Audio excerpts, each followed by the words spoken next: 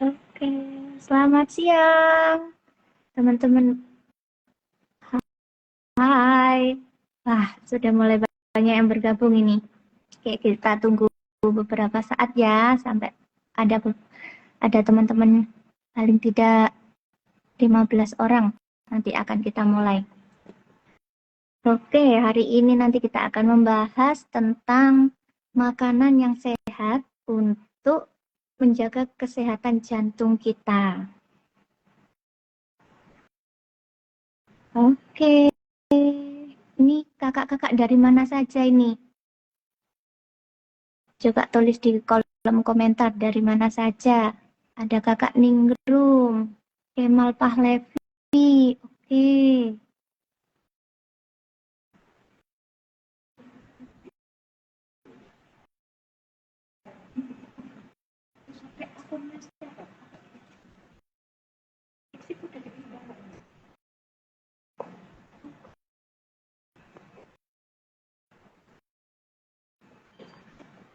Punya dokter Leona, Mas.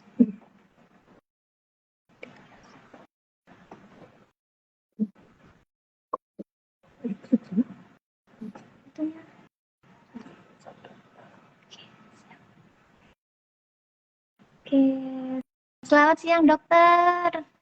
Selamat siang.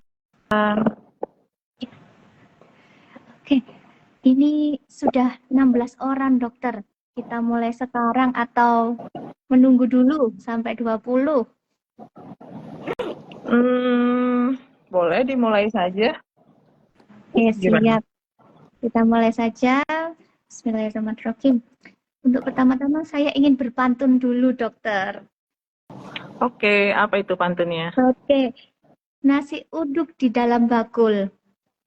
Dikasih sambal enak rasanya. Karena semua sudah berkumpul, mari kita mulai acaranya.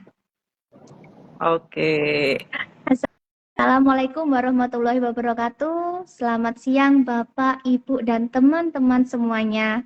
Perkenalkan saya Iyenta Arunia selaku host pada siang hari ini. Bagaimana kabarnya semuanya? Coba tulis di kolom komentar. Semoga semuanya sehat dan selalu bahagia. Sebelumnya mari kita bersyukur di tengah aktivitas kita yang padat hari ini, kita masih diberikan kesehatan, rezeki, dan kesempatan meningkatkan diri dan berproduktivitas.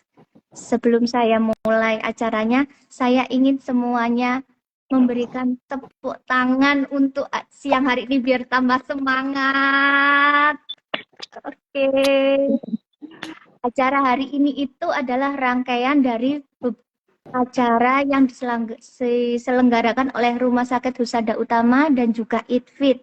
Nah, rangkaian acaranya yaitu memberikan edukasi seputar gizi agar tercapai kesehatan yang optimal. Dan bertepatan juga kemarin kita habis merayakan Hari Jantung yang bertepatan di tanggal 29 September 2024. Kami melihat banyak sekali dokter yang menderita penyakit jantung. Bukan di usianya lansia saja, tapi di usia muda juga sudah banyak menderita. Oleh sebab itu, kami ingin memberikan tentang edukasi gizi kepada masyarakat, makanan apa aja sih yang baik untuk menjaga kesehatan jantung kita, dan yang tidak boleh dimakan itu apa saja. Nah, untuk itu kita akan membahas bersama dokter yang cantik sekali yang berasal dari Pulau Dewata, Bali. Dokter, beliau ini adalah seorang dokter yang memiliki riwayat pendidikan S1 Fakultas Kedokteran Universitas Brawijaya Malang, S2 Gizi Masyarakat Fakultas Kesehatan Masyarakat Universitas Airlangga, dan PPDS Gizi Klinik Fakultas Kedokteran Universitas Hasanuddin Makassar. Mari kita sambut teman-teman semuanya, berikan aplaus yang meriah buat Dokter Leona. Terima kasih. Dokter, hari ini apa kabar? Cantik sekali, dokter. Hari ini kabar baik, sehat. Sehat. Acaranya apa, dokter, hari ini? Hari ini tadi praktek dulu terima pasien, habis itu ya langsung ke sini. Kita ngobrol-ngobrol di sini. Heeh. Iya, terima kasih dokter atas waktunya. Siang ini kita akan berbincang-bincang sedikit tentang makanan yang boleh dan yang nggak boleh itu dokter. Untuk kesehatan jantung kita. Supaya kalau berdebar-debar itu bukan karena sakit, tapi karena jatuh cinta gitu ya dokter ya. Sudah tua. Harus tetap Untuk harus ada cinta kan dokter, untuk yang meskipun untuk sudah yang masih tua. untuk yang masih muda ya. Tapi dokter tidak kelihatan tua, dokter sangat muda dan cantik. Saya mengagumi dokter. Oke, dokter, kita izinkan saya untuk bertanya seputar Mhm. makanan ya dokter. Iya. Sebenarnya makanan apa saja sih dokter yang baik untuk menjaga kesehatan jantung kita? Oke, jadi sebenarnya makanan yang baik itu yang makanan yang sehari-hari kita makan ya. Jadi mungkin pernah dengar tentang diet seimbang ya, diet seimbang atau bahasa kerennya itu balance diet. Balance diet itu eh, yang sudah diprogramkan, yang sudah dipasarkan oleh pemerintah ya, diprogramkan oleh pemerintah. Itu adalah diet yang paling baik untuk kesehatan tidak hanya jantung ya, tapi untuk hampir semua kesehatan metabolik kita itu ya. Jadi intinya adalah diet yang makanan yang baik itu adalah makanan yang seimbang. Nah, makanan yang seimbang itu yang bagaimana? Jadi makanan yang seimbang tuh ada karbohidratnya, ada proteinnya, ada lemaknya, kemudian ada vitaminnya, ada mineralnya, dan juga air, dan juga serat. Nah, itu tuh harus ada semua di dalam komposisi makanan kita sehari-hari. Jadi kita sehari-hari itu berapa kali makan? Kita makan 3 kali kan? Nah, tiap rata-rata sih orang makan 3 kali ya, tapi ada yang 2 kali ya. Nah, itu setiap kali makan tuh harus ada semua itu. Nah, sekarang kita tuh harus harus pintar memilih ya, harus pandai memilih ya. Karbohidratnya dulu yang pertama itu. Nah, karbohidrat itu yang bagus untuk jantung itu yang bagaimana? Jadi karbohidrat yang bagus untuk jantung itu adalah karbohidrat yang kompleks. Ya, jadi kita harus menghindari karbohidrat yang simpleks. Nah, apa itu karbohidrat kompleks? Jadi karbohidrat kompleks itu karbohidrat yang lebih lama dicerna oleh saluran pencernaan kita ketika ketika kita mengkonsumsinya. Akibatnya itu akan menimbulkan rasa kenyang lebih lama dan juga meningkatkan kadar gula darah lebih lambat. Nah, karbohidrat kompleks itu contohnya misalnya sayur-sayuran, buah-buahan, biji-bijian, kemudian akar-akar itu ya seperti kentang, ya ubi. Nah, itu adalah karbohidrat kompleks. Jadi itu bisa kita makan sehari-hari untuk kesehatan kita, kesehatan jantung kita, atau kesehatan kita secara umum.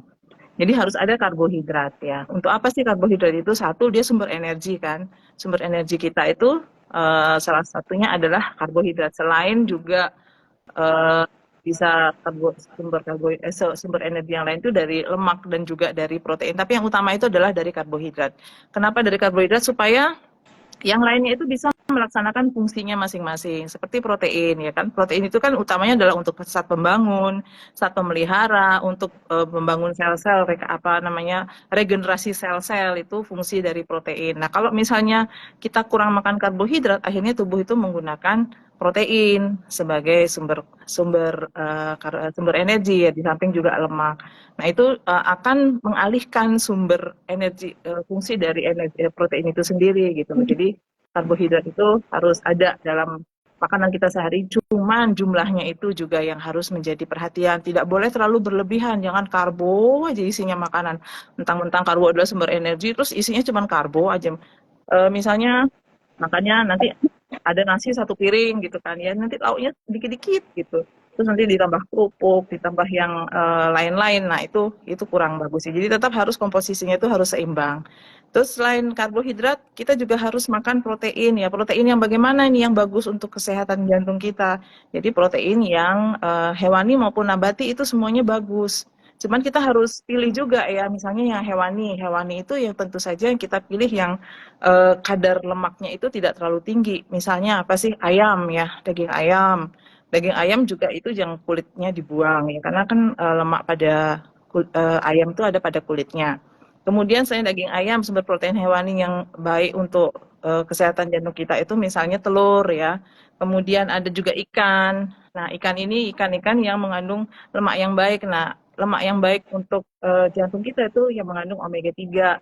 Yang paling banyak ada di Indonesia dan harganya tidak mahal tuh ikan kembung.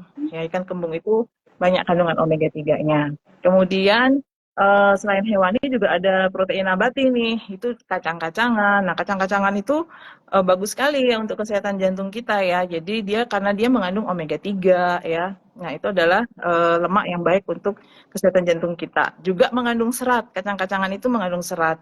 Serat itu juga akan membantu untuk mengontrol kadar kolesterol darah kita ya. Nah, cuman kacangnya harus diapain ya? Bagusnya kan yang dipanggang atau yang disangrai. Jadi kan dalam kacang sendiri itu sudah tinggi kandungan lemaknya. Nah, itu kalau misalnya kita mengolah kacangnya dengan digoreng, nah itu akan merusak ininya kacang, manfaatnya si kacang itu. Jadi protein hewani sudah, protein nabati sudah, kemudian lemak sendiri nih, lemak. Lemak itu juga bagus untuk kesehatan jantung kita ya. Cuman lemak yang mana gitu lah.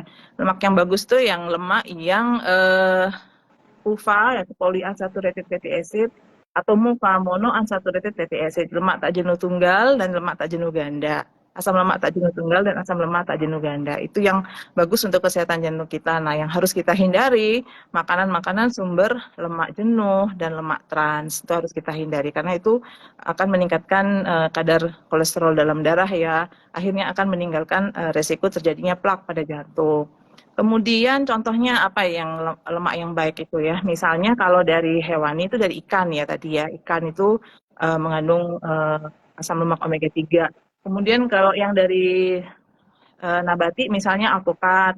Kemudian ada minyak ya, minyak misalnya minyak zaitun, minyak kanola, minyak biji bunga matahari, minyak wijen. Nah, itu lemak-lemak yang baik terkandung di situ. Kemudian lemak yang harus dihindari itu lemak jenuh dan lemak trans. Nah, biasanya lemak jenuh itu ada pada gajih-gajihnya dari daging-daging itu. Pokoknya yang ketika kita melihat daging secara kasat mata ada lemaknya itu, nah itu yang tidak baik. Itu harus dibuang atau disingkirkannya. Juga itu jeroan gitu kan, kadar lemaknya, kolesterolnya tinggi. Terus apalagi ya, rasanya sudah ya susu ya, susu. Nah, susu itu salah satu makanan yang ada kandungan lemaknya juga, cuman kita harus milih yang kandungan lemaknya itu lebih rendah ya, atau yang susu low fat. Kalau yang susu full cream, nah itu yang bahaya juga buat jantung kalau kita konsumsi secara berlebihan. Kemudian makanan yang lain apa? Oh ini, sayur dan buah ya. Sayur dan buah itu sumber vitamin dan mineral. Nah, itu harus ada tuh dalam makanan kita sehari-hari. Jadi prinsipnya itu sebenarnya nggak usah terlalu pusing-pusing ya mikirin mana sih yang bagus gitu ya. Pokoknya semua makanan sehari-hari itu yang biasa kita konsumsi sehari-hari, cuman pemilihan makanannya itu yang harus kita tahu ya, kita pahami betul mana yang baik dan mana yang kurang baik untuk kesehatan kita. Kemudian juga cara pengolahannya itu juga yang penting. Gitu Mbak Yenta. Oke, dokter, kalau ini kan ada susu. Kalau keju itu dokter, boleh enggak? Nah, keju itu juga kandungan lemak jenuhnya tinggi ya.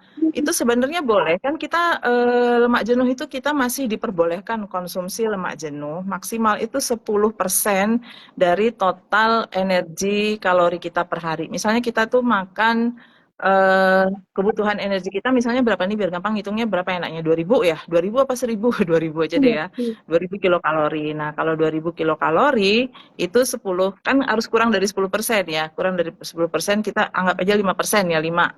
Kurang dari 10% kan asupan lemak tak jenuh. Lemak jenuh sehari, biar gampang hitungnya 5% ya. 5% dari 2000 berarti berapa? 10%-nya 200, 5%-nya 100 ya. 100 kilokalori. 100 kilokalori dibagi 9, sekitar 9 gram. 9 gram. Nah, itu tadi pertanyaannya tentang keju kan ya. Keju. Nah, kita harus melihat kandungan lemak jenuh keju itu berapa. Jadi nggak banyak sih, kalau saya pernah hitung itu kita tidak banyak boleh konsumsi lemak jenuh, cuma 9 gram. Itu pun harus dalam satu hari ya, total makanan sehari, karena kita makan lemak jenuh itu kan sehari untuk 3 kali Nah, itu jadi harus dibagi-bagi. Mungkin kecil-kecil aja porsinya kalau kepingin. Jadi tidak seperti yang sekarang itu kalau kita beli apa tuh kan diserut kejunya ditabur banyak gitu. Iya. Nah, itu kalau mungkin sekali-sekali nggak apa-apa ya, tapi kalau setiap hari kayak gitu, nah itu kurang bagus juga untuk kesehatan kita gitu. Oke. Berarti kalau ada keju ditambah susu full cream itu nggak boleh ya dokter? Kadang Itu makanan enak ya. iya dokter, kan sekarang lagi musimnya ini salad itu loh dokter. Nah, memang ada buahnya kan dokter? Ada buahnya, tapi ada kejunya, ada susunya. Terus Ada nanti mungkin ada mayonesnya, iya, ya mayonesnya. Kalau mayonesnya. gitu boleh apa enggak dokter? Sebenarnya kalau mau cari manfaat buah itu ya makan buah segar itu sudah bagus banget ya. Makan buah Hmm. segar aja, buah potong, jadi buah segar dipotong-potong. Itu tuh sudah bagus sekali untuk kesehatan kita. Nah, kalau misalnya ditambahkan susu kental manis, kemudian ditambahkan mayones, ditambahkan keju lagi, nah itu kadar lemak dan kadar gulanya tinggi sekali gitu loh. Kalau misalnya kita sudah punya faktor resiko gitu sebaiknya makanan seperti itu dihindari. Tapi kalau misalnya tidak punya faktor resiko ya sekali-sekali oke lah untuk pleasure ya untuk supaya kita menikmati hidup ini gitu loh ya. Tapi jangan setiap hari juga seperti itu. Oke, siap dokter. Kalau ini dokter garam, katanya itu garam bisa membuat sakit jantung. Benar nggak itu dokter? Garam ya, garam dapur. Iya. Jadi salah satu efek kalau kita konsumsi makanan yang asin-asin terlalu banyak itu adalah meningkatkan tekanan darah. Apalagi ada beberapa orang yang memang sensitif terhadap garam, terhadap natrium. Nah, itu cepat sekali naik tekanan darahnya. Jadi memang untuk garam sendiri itu disarankan kan sekitar 1.500 ya sampai 2.400 miligram natrium ya. 1.400 sampai 2.400, 1.500 sampai 2.400 miligram natrium per hari. Nah, 1 gram garam itu mengandung 400 miligram natrium. 1 gram garam nih ya. Jadi kalau kita mau sampai di 1.500 gitu ya, lebih gampangnya berarti kan sekitar 5 ya. Berapa jadinya? 3 Nah, ya, 3 gram ya. 3 3 gram. gram kalau 2.400 sampai 6 ya, 5 sampai 3 sampai 6 gram ya garam per hari. Nah, itu sekitar 1 sendok teh. 1 sendok teh. 1 sendok teh garam. Atau kalau yang sudah punya tekanan darah tinggi atau penyakit jantung itu tuh harus sekitar 3/4 sendok teh garam per hari untuk menjaga kesehatan jantung. 3/4 sendok teh garam itu adalah untuk menggarami makanan atau masakan kita yang kita konsumsi dalam 1 hari gitu. 1 hari ya dokter ya? Bukan 1 kali makan. Bukan satu jenis masakan juga ya. Jadi Iya. 3/4 Oh, untuk misalnya kita masak ayam goreng atau iya. ayam pepes ayam atau apalah tempe bacem gitu misalnya kasih 3 untuk satu porsi kita tuh kita kasih 3/4 sendok. Nah itu kebanyakan. Pokoknya itu adalah untuk 1 hari. 1 hari 3/4 ya dokter ya? peres ya. Peres dokter. Nggak boleh munjung. Nanti nyendoknya tuh dalam terus munjung gitu. Tapi kita Nggak nggak boleh. boleh juga nggak pakai garam loh ya. Tetap harus Oh, ada garam. itu. Ya. Berarti kita Jangan nggak boleh tanpa garam. menghindari dokter. Jangan tanpa garam. Bahaya itu bisa terjadi hiponatremia kan. Kekurangan garam. Itu repot lagi nanti kalau jadi hiponatremia. Jadi tetap harus ada ya cuman ya gitu tadi terbatas ya moderat ya kebutuhannya ya. Siap. Itu Susah untuk kalau kita beli makanan itu susah ya. Kalau kita masak sendiri, buat sendiri itu masih bisa lah kita ngatur itu. Gitu. iya, benar. Kalau misalnya setiap hari dokter, kan ini banyak yang bekerja, nggak sempat masak di rumah, pagi beli, siang beli, malam sudah capek mau masak nggak mungkin terus beli di luar. Nah ini bagaimana dokter? Garamnya kan kita nggak tahu berapa banyak yang dipakai.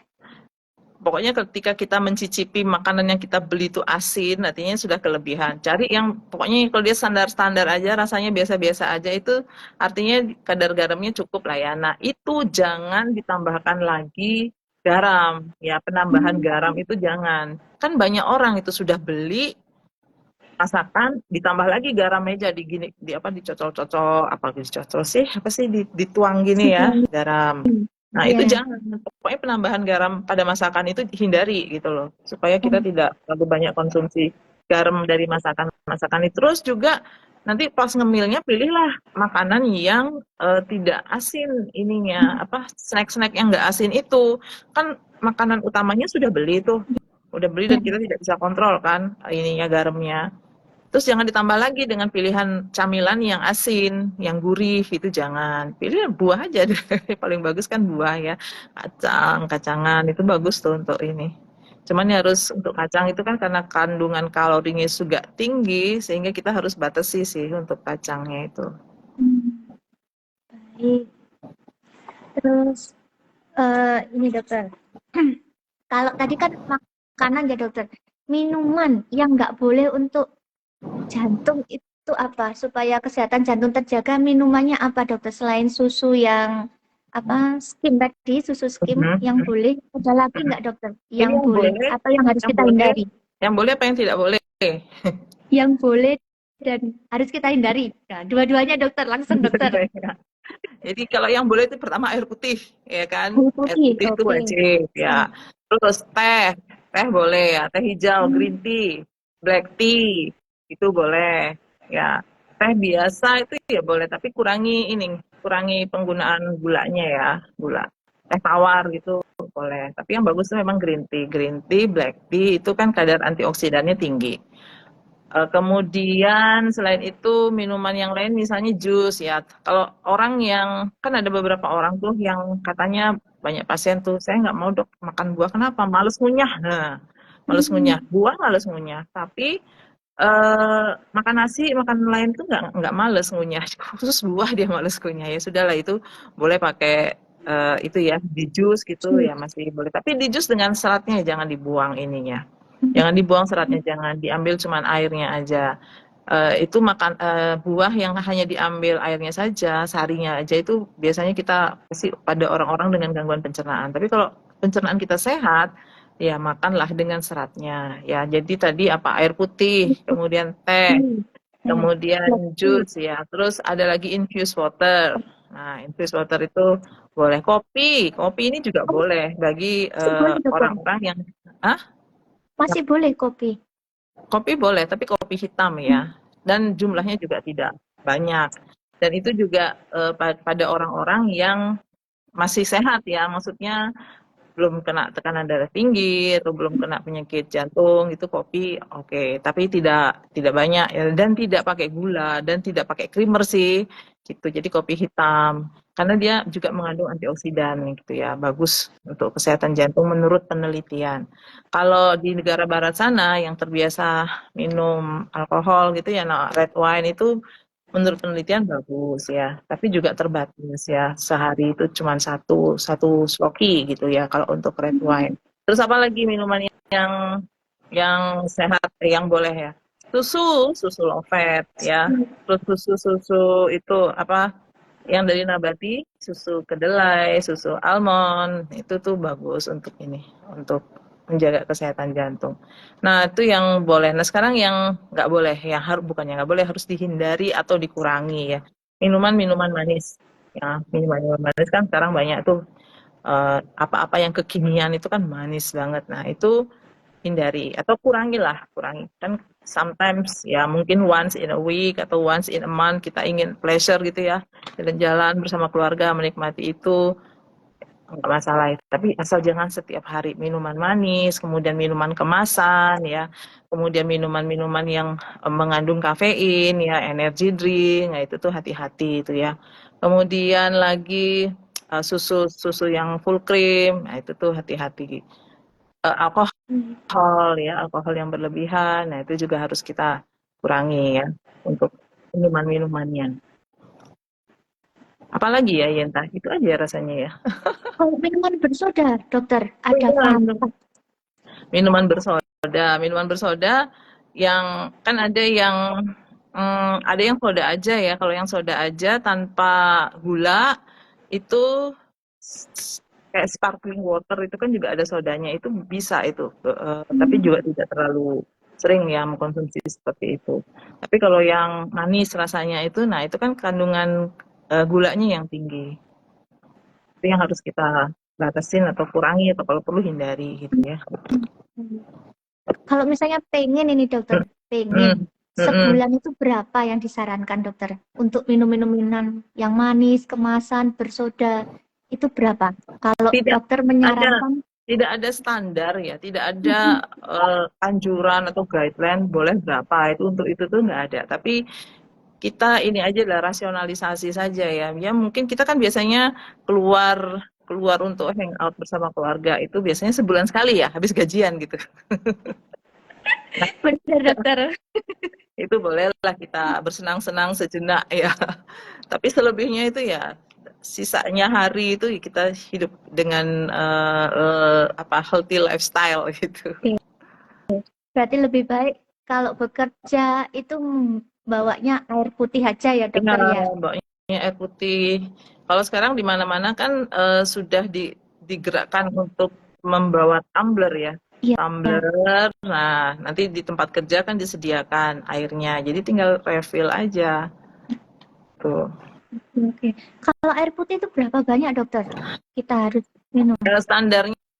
Standarnya dari pemerintah kan 2 liter per hari. Tapi itu kalau mau lebih spesifik lagi dihitung berdasarkan per kilogram berat badan, berdasarkan usia juga ya. Jadi kalau misalnya pada dewasa seperti kita ini kan sekitar 40 mili per kilogram berat badan. Berat badannya berapa? Misalnya berat badannya 50, berarti kan 2000. Kalau berat badannya 60, berarti kan 2000 berapa? 400 ya.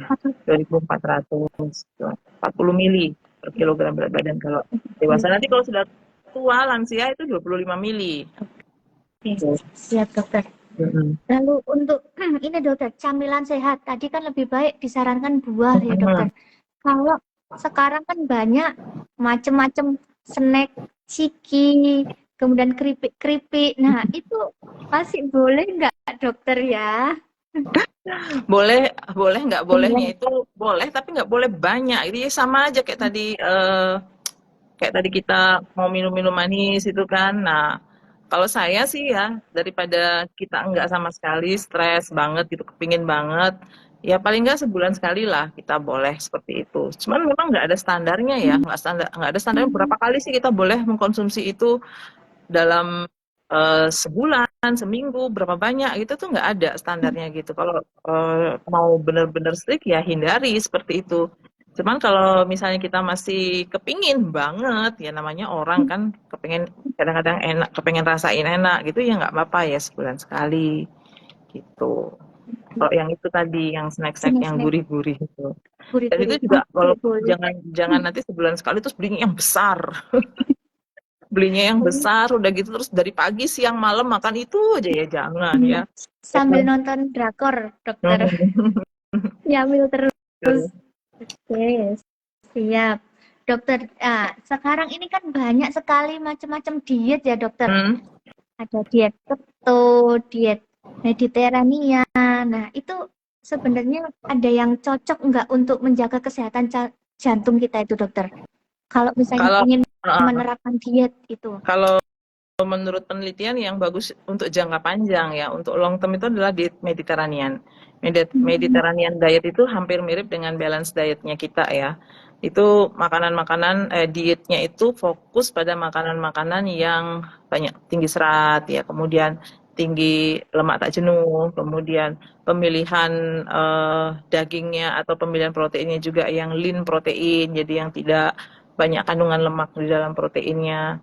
Itu buah-buahan, biji-bijian, sayur-sayuran itu adalah sumber makanan utama dari diet Mediterranean diet. Jadi itu kalau menurut penelitian itu yang paling bagus untuk jangka panjang ya yang bisa dilaksanakan. Hmm. Baik, baik. Siap dokter. Nah ini terakhir ini dokter. Kan Mm-mm. tadi sudah dijelaskan tentang makanan yang boleh, nggak boleh, dan juga cara mengaturnya. Ini terkadang kita ini kan nggak konsisten ya dokter ya. Kadang sekarang menerapkan, besok tidak diterapkan. Sekarang menerapkan, besok tidak diterapkan lagi. Nah, ini caranya biar bisa konsisten dokter untuk menjaga kesehatan jantung kita ini bagaimana dokter? Jadi yang pertama itu kita harus paham betul ya, kita harus berusaha memahami atau mengetahui eh, jenis diet atau jenis makanan yang penting untuk kesehatan jantung ya. Kalau kita bahas jantung ini, jadi untuk kesehatan jantung. Pahami dulu itu, kemudian pahami juga bahwa kalau kita tidak melakukan itu atau kita tidak menjalankan diet yang sehat itu, dampaknya itu bagaimana untuk tubuh kita. Itu dulu pahami dulu di dalam diri kita sendiri. Kalau kita sudah paham itu, semestinya kita bisa konsisten. Kalau kurang paham atau misalnya masih pengetahuannya itu masih masih kurang lah ya, itu cenderung tidak bisa konsisten. Terutama dampaknya bagi kesehatan kita ya, terutama jantung ya. Jadi apa sih akibatnya bagi jantung kita kalau kita tidak melakukan diet itu? Kalau kita sudah tahu, sudah ada gambaran apa yang akan terjadi pada jantung kita, kesehatan kita itu kita mestinya sudah bisa lebih konsisten lagi.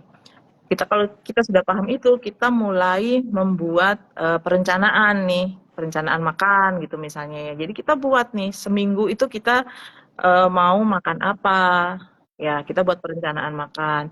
Nah kemudian kita juga berusaha kalau masak sendiri kita membuat bagaimana masakan yang bahan-bahan makanan yang sudah kita pilih itu, yang sudah healthy itu, sudah sehat itu menjadi suatu masakan yang enak. Nah kalau misalnya makanan yang nggak enak, nah itu akan membuat orang menjadi tidak tidak konsisten ya, dia akan beralih lagi ke makanan-makanan enak yang penuh dengan kadar garam yang tinggi, lemak yang tinggi seperti itu. Kalau misalnya nggak bisa masak, bagaimana? Ya kita harus beli ya. Kita beli, nah waktu beli itu kita pilih-pilih, kita harus bisa pilih-pilih di mana kita membeli makanan. Kan banyak sekarang yang jual itu ya, yang jual makanan sehat itu banyak. Kita ya tinggal kita pinter memilih untuk membeli di mana, seperti itu. Dan juga kita perlu buat ini komunitas ya, komunitas yang sealiran dengan kita. Jadi buat grup gitu ya, saling menguatkan nih. Bukan buat grup yang saling mengiming-imingi, ayo makan di luar yuk, ayo ngajak inilah, ngajak itu, jangan. Jadi buat grup yang sama satu aliran untuk healthy lifestyle, yang saling menguatkan gitu loh. Supaya semangat ini menjalani hari-hari yang penuh dengan diet yang sehat itu.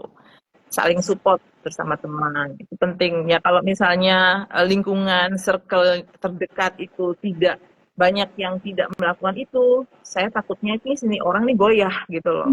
Jadi usahakanlah membuat circle-nya yang terdekat itu juga sama menjalani hidup yang sehat. Baik, siap dokter. Untuk penjelasan dari dokter ini sangat bermanfaat sekali. Sudah banyak yang dijelaskan.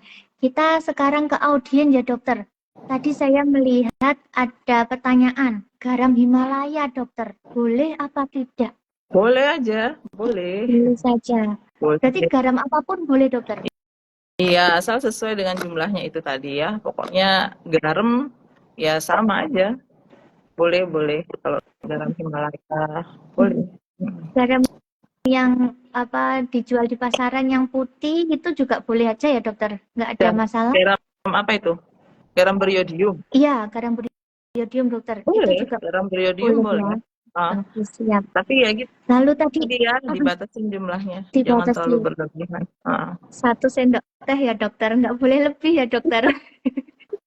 Pemerintah dan American Heart Association menyarankan seperti itu.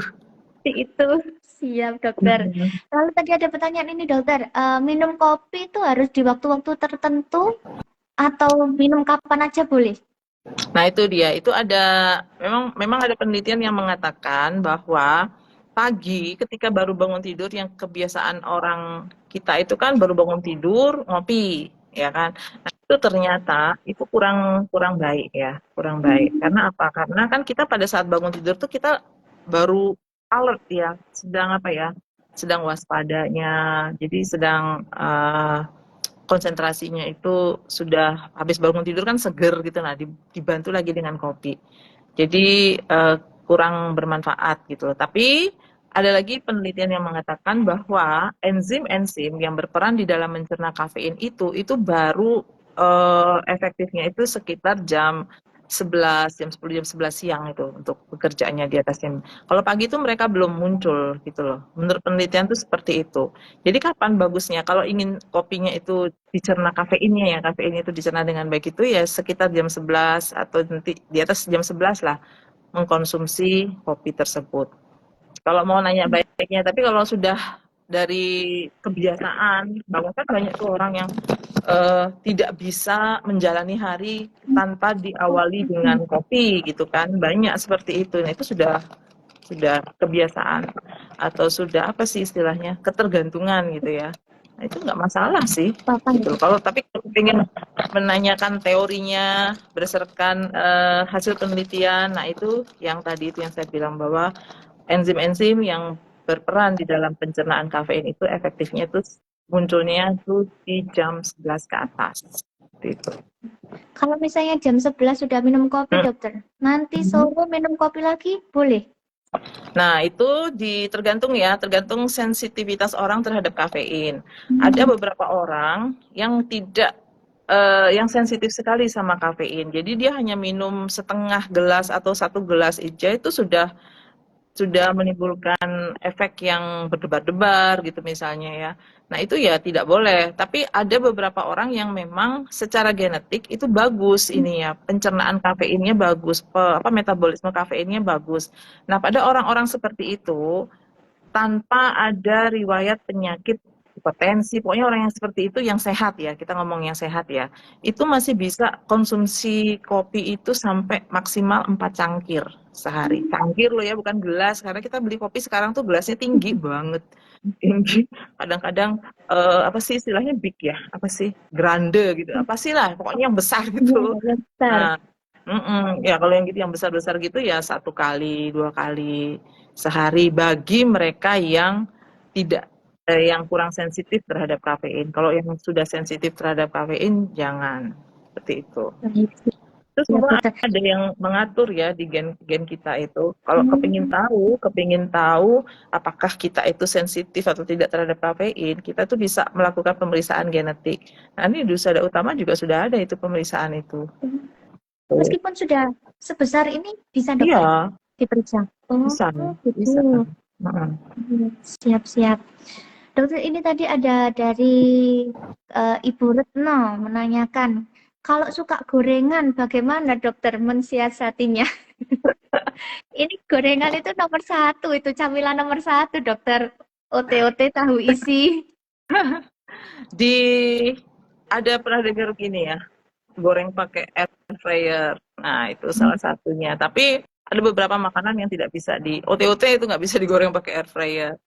Terus kalau doyan banget misalnya ya paling batasin aja. Kalau menghindari mungkin itu butuh keteguhan hati dari orangnya ya. Kalau orangnya masih kepingin banget atau apa, saya 1 kali sehari 1 biji aja itu sudah mencukupi kebutuhan ini lemak jenuh. Kan kita masih diperbolehkan makan lemak jenuh yang di bawah 10% sehari itu. Gitu. Berarti masih boleh tapi nggak banyak-banyak gitu ya dokter ya? Itu. Kalau beli banyak nanti bagi-bagi sama teman-temannya. Nah, kalau ini dokter, misalnya saya siang ini makan ayam goreng, tempe goreng, terus sayurnya ditumis, boleh enggak dokter? Tempe goreng, ayam goreng. Iya, terus sayurnya ditumis lalu pakai sambal bawang dokter. Boleh aja, tapi ya jangan nanti makan paginya di apa namanya pengolahannya yang lebih baik lagi. Lalu nanti makan malamnya juga seperti itu. Atau sebenarnya itu masih boleh ya, tapi sesuai dengan kebutuhan tubuh masing-masing ya, ditimbang-timbang. Dihitung kebutuhannya berapa, kalorinya berapa. Nanti makanan matang itu ditentukan. Oh, kalau misalnya kebutuhan kaloriku loh, misalnya 1.200 atau 1.300 kilokalori. Nah, itu makanan-makanan itu yang sudah jadi itu kan kita ambil rata-ratanya aja sih. Rata-rata berapa kalori sih satu satu apa namanya satu ayam goreng itu satu potong ayam goreng itu berapa kalori. Nah, di situ kita tentukan kita bisanya jadi berapa berapa banyak aja makan itu. Misalnya cuma 30 gram, 40 gram yang sudah mateng loh ya. Gitu. Berarti nggak boleh terlalu banyak yang Iyalah digoreng juga intinya. ya dokter. Iya, bagusnya sih salah satu misalnya daripada ribet ngitung-ngitung kalori itu ya salah satu dari lauknya itu yang tidak digoreng. Misalnya Siap. ayamnya, ayam apa ayam bakar gitu misalnya, terus nanti tambah tempe goreng satu gitu. Soalnya usahakan salah satu tidak digoreng. Kalau sayur tumis nggak masalah sih, asal tumisnya itu nggak banyak-banyak ini, nggak banyak-banyak minyak ya. Jadi kalau kita menumis makanan itu, minyak itu sebaiknya jangan langsung dituang dari botol, nanti tidak terkontrol ya. Jatuhnya minyak ke penggorengan itu ditakar pakai sendok makan, bukan Ya, sendok. Bukan sendok sayur ya, sendok sayur nanti gede lagi. Betul. terlalu banyak minyaknya ya dokter ya. Nanti Mm-mm. siap. Ini eh, teman-teman ada yang ingin bertanya lagi? Siap. Sepertinya kok sudah tidak ada dokter yang Ini bertanya. ada ini, seringkali Oh, saya jumpai oh ya kalau dokter. orang kebanyakan kalau kalau sekarang kebanyakan masak menggunakan kaldu jamur dibandingkan garam. Apakah juga sama untuk penggunaannya? Nah, kaldu jamur ya, kalau kalau coba dibaca di ininya, di komposisi makanannya kaldu jamur itu. Kalau dia benar-benar kaldu jamur, jadi dari jamur itu dijadikan apa penyedap. Nah, itu mestinya kandungan natriumnya itu hampir tidak ada. Tapi kebanyakan yang ada sekarang itu masih ada kandungan natriumnya, garamnya itu loh. Jadi em, boleh mau pakai kaldu jamur, tambah garam pun boleh, cuman ya tetap harus dibatasin ya. Pokoknya sampai rasanya enak di mulut aja berhenti lah untuk menambahkan. Seperti itu. Kalau micin dokter masih boleh? Nah, itu kan dulu zaman dulu kan kontroversi itu, micin katanya Ya. buat anak jadi apa titik-titik gitu ya. Nah, Iya. sekarang penelitian ya menurut penelitian itu boleh-boleh saja asal masih dalam batas yang sewajarnya gitu loh kita tambahkan dalam masakan sehari-hari. Karena dia memberikan rasa umami kan di ini. Jadi Iya. boleh tambah sedikit untuk penyedap rasa. Baik, siap. Ini ada dari Bu Retno lagi. Olahraga aman untuk yang sudah menderita jantung. Apa dokter? Nah, kalau Oh, untuk yang sudah menderita jantung, itu hati-hati ya untuk memilih olahraga. Itu harus konsultasi dengan dokter. Nah, di Usada Utama ini ada loh rehab jantung ya. Jadi orang-orang yang sudah pernah kena serangan jantung atau yang sudah menderita jantung itu olahraganya di sana diawasi oleh dokter dan juga tenaga ini, tenaga apa sih? Tenaga medis yang terlatih gitu loh ya. Nah, dari situ nanti kan tahu ya, biasanya sih olahraganya kan tidak terlalu berat ya untuk orang-orang yang sudah kena penyakit jantung, paling jalan ataupun kalau mau sepeda juga tidak terlalu berat ya, tidak terlalu jauh juga seperti itu. Mungkin renang juga. Nah, itu semua kembali lagi jenis penyakit jantungnya seperti apa. Tapi ada yang sakit jantung yang tidak disarankan olahraga tuh eh, yang gagal jantung yang berat ya, derajatnya berat. Nah, itu kan tidak. Jadi untuk menentukan jenisnya olahraga apa yang cocok untuk mereka yang sudah sakit jantung itu harus konsultasi dulu ke dokter jantungnya. oke, siap. Ini ada dua pertanyaan terakhir ya dokter. Ya. Siap. Ada dari Bu Titi itu tadi menanyakan kalau salad, kembali lagi ke salad dokter, tapi pakai minyak nabati dan juga saus lemon. Masih boleh dokter? Boleh, tapi dibatasi ya, disesuaikan dengan kebutuhannya. Jadi nggak banyak-banyak. Biasanya sih kita kalau diet yang sehat itu ya, kebutuhan minyak itu kan sudah dibatasin oleh pemerintah ya. Amannya itu misalnya 2 sampai 3 sendok makan minyak per hari itu jadi masih bisa di gini.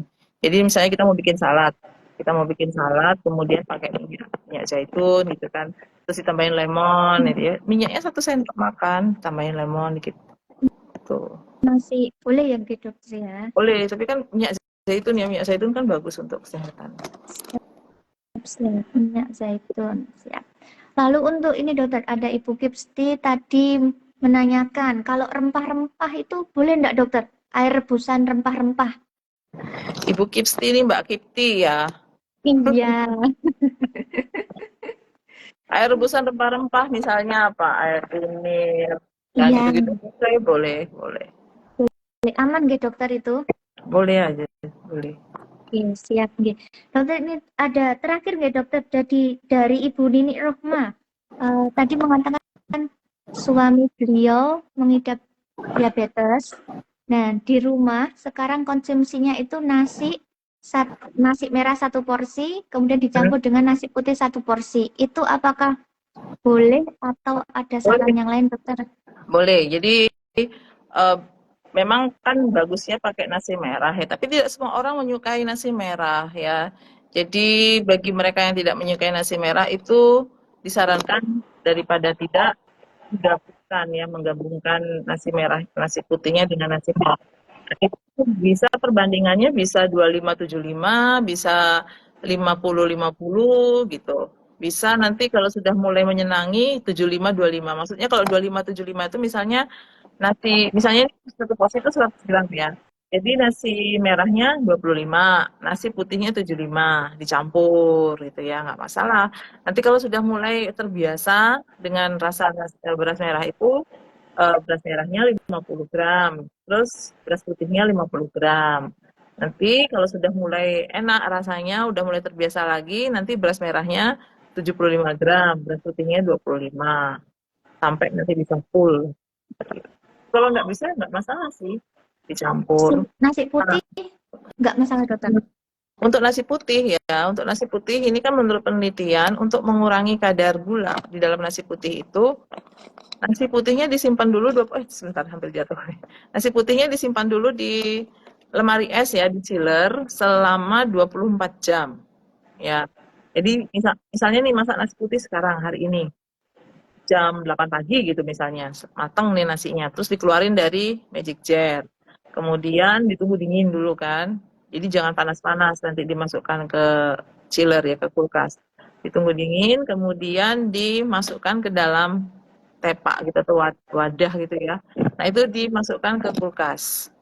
Dimasukkan ke kulkas, diamkan selama 24 jam di kulkas.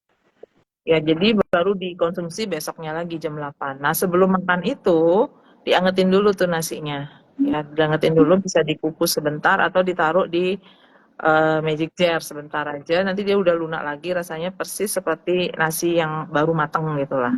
Nah, itu dengan disimpan di dalam lemari es selama 24 jam itu menurut penelitian nih, itu sudah menurunkan kadar gulanya karena terjadi perubahan struktur pati di dalam nasi tersebut.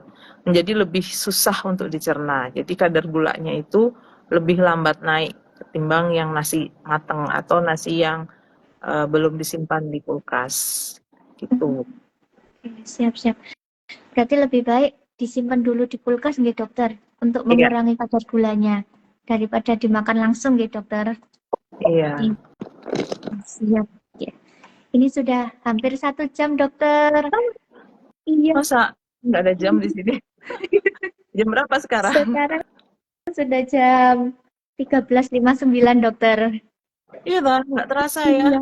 Tidak terasa sudah hampir 1 jam bersama dokter Liona yang cantik ini. Hmm? Baik dokter, saya mau menyimpulkan sedikit tentang materinya dokter. Berarti untuk menjaga kesehatan jantung diperlukan diet yang seimbang ya dokter. Ya, Makanan yang seimbang itu terdiri dari ada karbohidratnya, protein hewani, protein nabati, kemudian ada lemaknya juga, dan kebutuhan serat dan vitamin gitu dokter.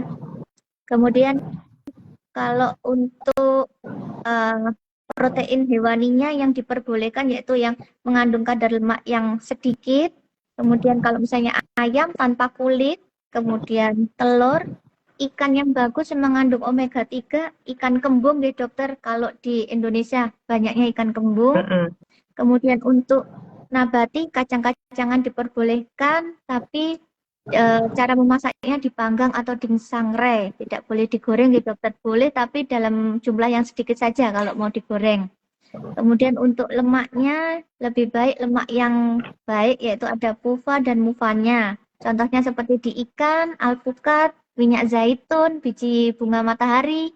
Kemudian kalau untuk susu, pilih yang susu low fat. Kemudian yang harus dihindari lemaknya yaitu banyak gajihnya di makanan. Kemudian jeroan dan susu full cream. Untuk garam masih diperbolehkan, tetapi untuk takarannya per hari 1 sendok teh makan. Untuk micin, mohon maaf, 1 sendok teh. 1 sendok teh, saya yang keliru. Kemudian untuk micin dan kaldu masih diperbolehkan, tetapi disesuaikan rasanya, jangan terlalu asin ketika memasak. Untuk minumannya yang lebih bagus yaitu air putih, teh hijau, black tea, jus buah, infus water. Hindari juga minuman yang kemasan, manis, kemudian beralkohol dan bersoda. Lalu untuk diet masih boleh diterapkan yang lebih baik yaitu diet Mediterranean ya dokter, dengan tinggi serat, proteinnya juga tinggi. Kemudian untuk tetap konsisten, yang pertama yaitu pahami tentang diet untuk kesehatan jantung dan dampaknya untuk kesehatan kita kalau kita tidak menerapkan diet ini. Kemudian setelah itu dilakukan perencanaan makan. Jika tidak bisa memasak di rumah, lebih baik memilih membeli makanan di luar, tetapi pilih yang sehat. Contohnya seperti catering Eat Fit gitu dokter. Betul. Catering Eat Iya. Fit itu Untuk audiens teman-teman kalau ingin makanan sehat boleh pesan di catering Eat Fit nih dokter. Iya. Nanti sebelumnya dikonsultasikan dengan dokter Leona di Rumah Sakit Husada Utama. Siap. Dokter siap setiap hari di Rumah Sakit Husada Utama? Setiap hari, Senin sampai Sabtu, Minggu Senin aja yang libur. Minggu aja yang libur. Ya, siap. Berarti nanti sewaktu-waktu ada pasien selalu siap ini dokter. Siap. Siap, siap. Terima kasih Dokter Leona untuk penjelasan siang hari ini. Obrolannya sangat seru, sangat menarik sekali dan penuh dengan ilmu yang sangat bermanfaat untuk kita semua. Dan juga terima kasih untuk audiens yang telah berpartisipasi di IG Live ini. Sekarang tadi terakhir ada 20-an dokter, sekarang di 13. Tidak apa. Mungkin lagi ini dokter, mau hangout gitu dokter. Siap-siap Sudah, perjalanan keluar kota. Perjalanan luar kota, siap. Dan juga untuk teman-teman jangan lupa konsultasikan kesehatan seputar gizi, makanan yang baik dan tidak boleh kepada Dr. Leona di Rumah Sakit Husada Utama, dan juga percayakan makanan bergizi kalian semua di Catering Eat Fit, catering sehat kesayangan keluarga Anda. Wow, baik, siap. Untuk terakhir dokter, tadi diawali dengan pantun, saya mau menutup dengan pantun juga. Coba gimana pantunnya? Siap, ya. Naik pesawat ke Korea Selatan. Jauh, terus. Tidak lupa di sana jalan-jalan. Jangan lupa jaga kesehatan. Tonton IG kami setiap bulan. Mantap. Terima kasih dokter. Mohon maaf kalau banyak kurangnya untuk siang hari ini. Siap. Kita akhiri IG Live kita pada siang hari ini. Terima kasih semuanya atas atensi terhadap program kita ya. Siap. Semoga setiap bulan selalu lancar ada program ini ya dokter. Sehat-sehat terus. Setiap bulan kita akan ketemu untuk memberikan edukasi seputar gizi kepada masyarakat. Oke. Siap. Terima kasih dokter. Oke, terima kasih. Selamat berlibur. Selamat berlibur, happy weekend dokter.